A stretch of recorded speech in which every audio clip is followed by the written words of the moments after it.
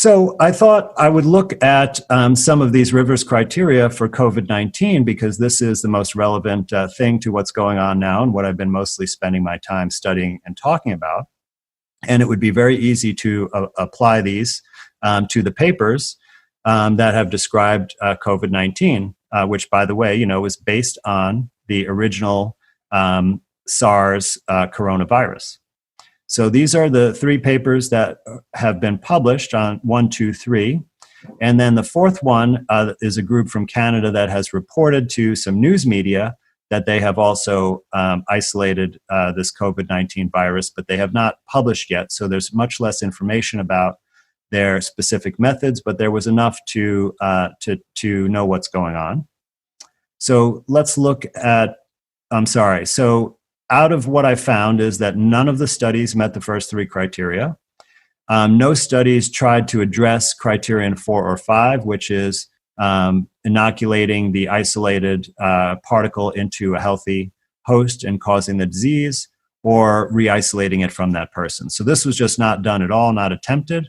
So if criterion 4 and 5 were never attempted, you can already, just from that, conclude that it has not been proven to be fairly confident even that this is a cause of any illness. But let's look a little bit closer. So the Zhao paper, they didn't isolate any virus. Once again, they obtained genetic material as described in the previous procedure.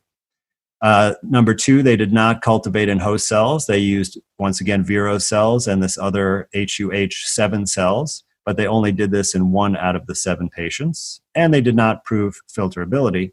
And here's what they wrote in their conclusions.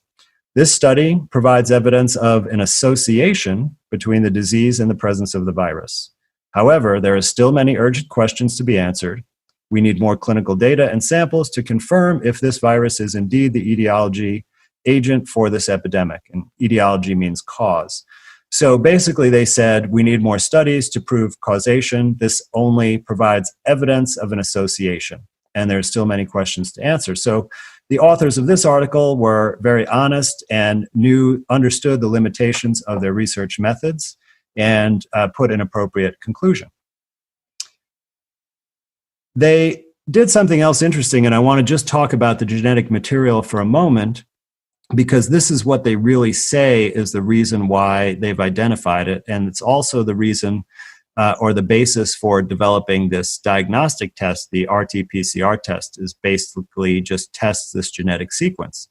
So the way that they said that it's a coronavirus is because they tested the sequence of this RNA that they can't identify the source because they didn't purify anything. And they said it shares just under 80% sequence identity to the SARS-CoV-1, which I was talking about earlier.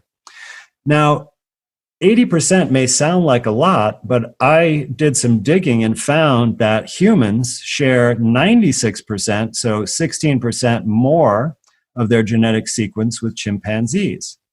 So if you were to say that 80% sequence identity means that it's a coronavirus, well, you'd be saying that if you had a DNA sample from me and compared it to chimpanzee sequences, you would say that I was a chimpanzee, which clearly I am not.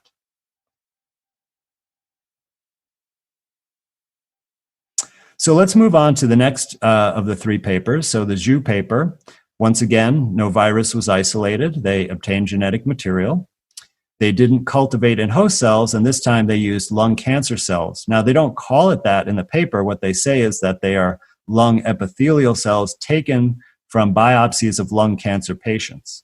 Now, I don't think it takes too much to realize that there are going to be cancer cells in there.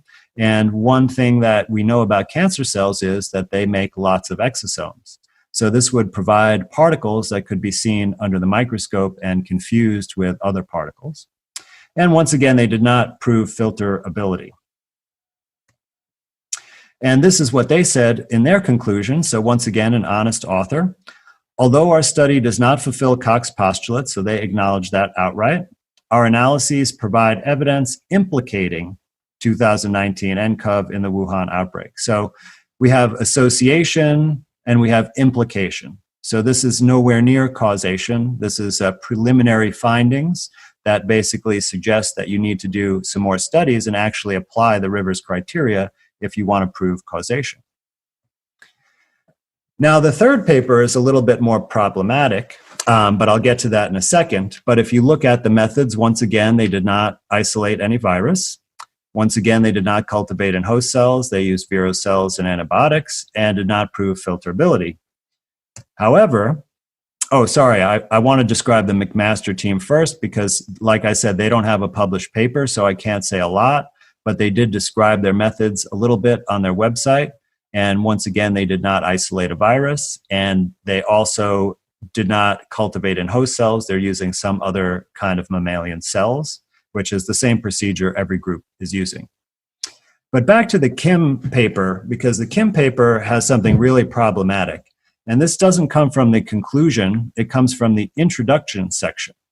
And in their introductory section, they said basically that a new coronavirus was identified as the causative agent of this unexplained pneumonia in January 2020. Now, this is a very bold statement. And as you saw, the conclusions of the other two papers, which came before this, didn't make any such statements based on their research.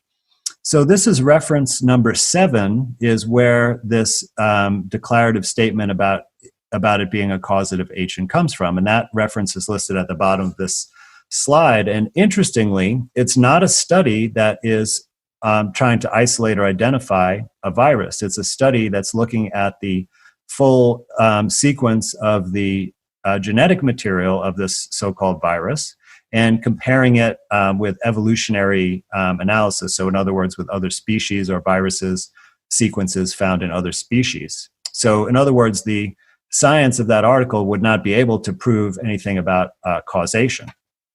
So I went and looked at that article, and interestingly, it doesn't say anything about causation anywhere. In the introduction, it says that a novel coronavirus is associated with human-to-human transition and severe human infection. So once again, association is not causation. And in its conclusion, it talks about the genetic features of the virus and their potential association with virus characteristics and virulence in humans remain to be elucidated. So in other words, there's some kind of association. We need more research. We haven't proven anything. So how did they say this? They must have just basically flat out lied. They made this up. They said it's a causative agent. They gave a reference, and it's not in the reference. And in my opinion, this should be censured. I mean, this is a serious ethical violation here to make such an important claim. All of the world policies are based upon this claim that it is a causative agent, and they cannot reference any science to back that up whatsoever.